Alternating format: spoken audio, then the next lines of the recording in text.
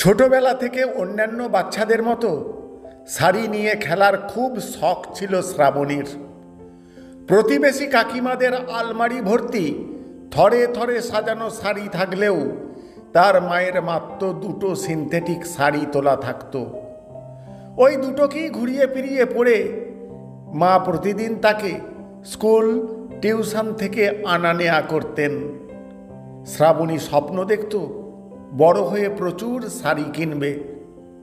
শ্রাবণী আজ স্কুল শিক্ষিকা।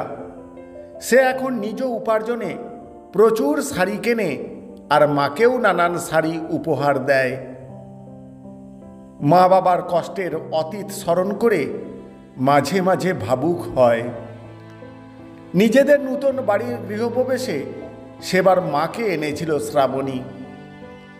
আলমারি ভর্তি রকমারি শাড়ি থেকে যেটা খুশি বেছে নিতে বলতেই মা আনন্দে কেঁদে ফেলেছিলেন।